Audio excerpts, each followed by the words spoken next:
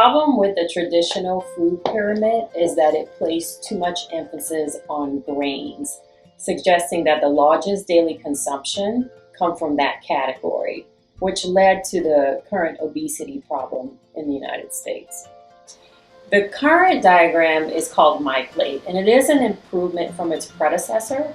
However, it still places way too much emphasis on grain consumption, and that does not contribute to optimal health or weight balance.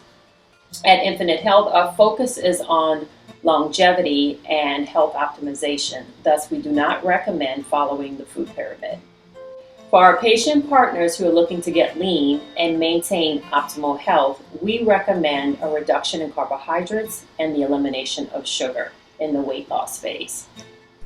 Once the optimization goal has been reached, you can reintroduce healthy complex carbs and some natural sugar back into your diet. For optimal weight loss, we at Infinite Health recommend the following.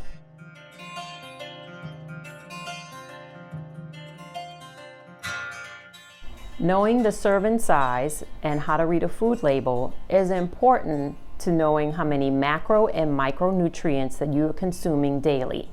Micro and macronutrients is just another jargon for food. Now you're ready to go to the grocery store.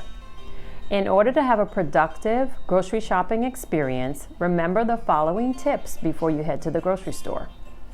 Plan out your meals for the week. Pick a day out of the week that you have dedicated time to grocery shop. Make a grocery list. And before you head out to the grocery store, make sure you have a healthy snack or meal so that you're not hungry while you're grocery shopping. And at the grocery store, it's important to shop on the perimeter of the store because the healthiest and freshest foods are located on the outside aisles. Foods in the center aisles tend to be packaged processed foods that contain preservatives, additives, and chemicals so that they have a long shelf life.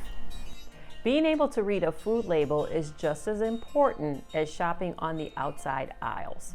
When reading a food label, these are the things that you should look for. The serving size and how many servings that package contains.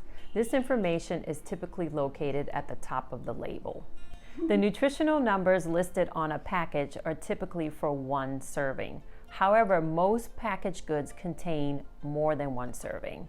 For instance, if you have a bag of nuts and there's 3 servings in that bag and you eat the entire bag, then you have to multiply the numbers that are listed on the back of the label times 3.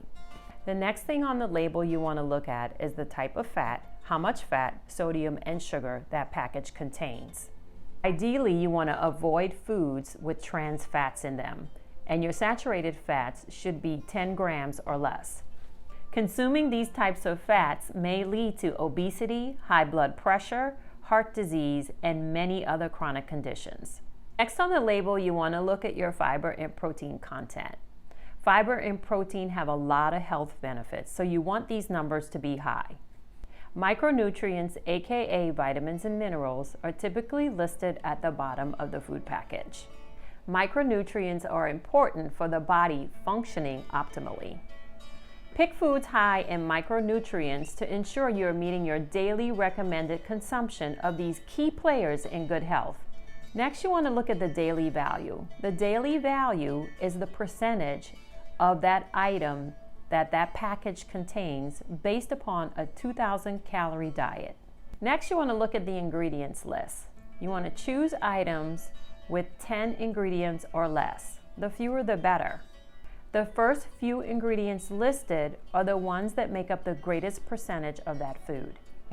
Some other things you may find on a food package that you want to be aware of could be misleading words used by food manufacturers, such as no sugar added, all natural, fat-free, and gluten-free.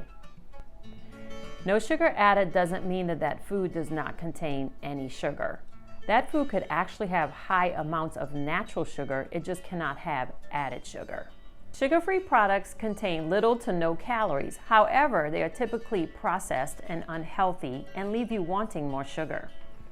The term all natural leads consumers to believe that it is the healthiest product. However, that product can contain sodium and sugar used as a preservative.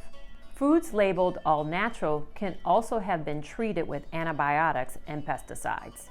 When it comes to the word fat-free, you should know that manufacturers often replace those missing fats with sugars and additives, which leads to insulin resistance. Insulin resistance may be the underlying cause to obesity and many other chronic conditions.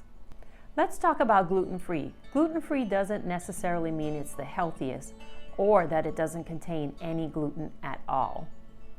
Most gluten-free products have less fiber, vitamins, and minerals than a non-gluten-free product.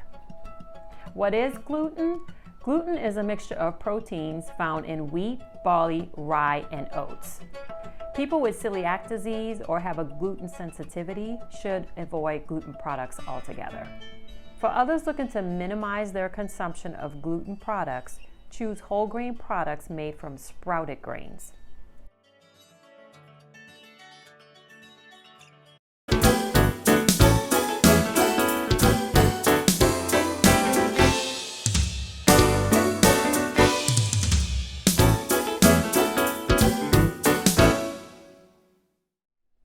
For instance, That's impossible.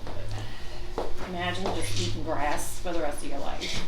I don't know. I don't think it's People crave things because their gut flora is jacked up. Once you get your gut flora fixed, you don't want certain things. correct. So I don't think it's impossible.